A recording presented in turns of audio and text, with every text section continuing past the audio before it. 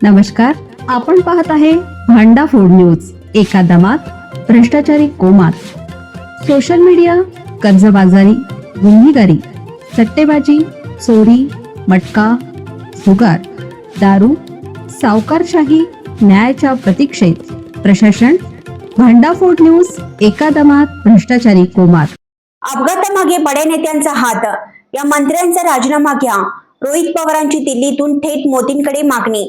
राहुल गांधींनाही घातलं साकडं. राज्याच्या राजकारणाला हादरवणाऱ्या अजित पवार यांच्या विमान अपघात प्रकरणाला आता मोठं राजकीय वळण मिळालं आहे. या अपघातामागे गंभीर षडयंत्र असल्याचा संशय व्यक्त करत आमदार रोहित पवार यांनी थेट देशाच्या सर्वोच्च नेतृत्वाकडे धाव घेतली आहे. राज्याचे उपमुख्यमंत्री अजित पवार यांच्या अपघाती निधनानंतर आता या प्रकरणाला नवं राजकीय वळण मिळालं आहे. अजित पवारांचे पुतणे आणि आमदार रोहित पवार यांनी या अपघाताबाबत गंभीर प्रश्न उपस्थित केला आहे. मुंबईतील पत्रकार परिषदेनंतर त्यांनी थेट दिल्ली गाठत शरद पवारांच्या निवासस्थानी माध्यमांशी संवाद साधला.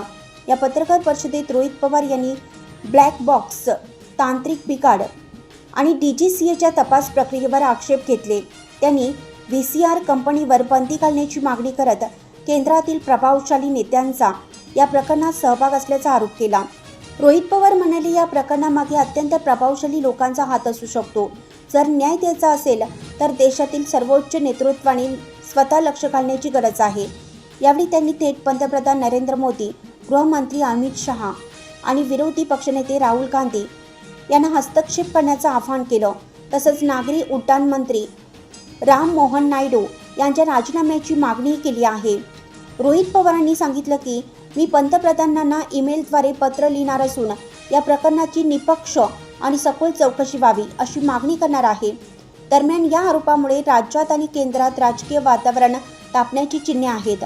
अजित पवारांच्या अपघातामागे नेमकं काय कारण होतं, तपासात काय निष्पन्न होतं आणि रोहित पवारांच्या मागण्यांवर केंद्र सरकार काय भूमिका घेतं याकडे संपूर्ण राज्याचं लक्ष लागलं आहे.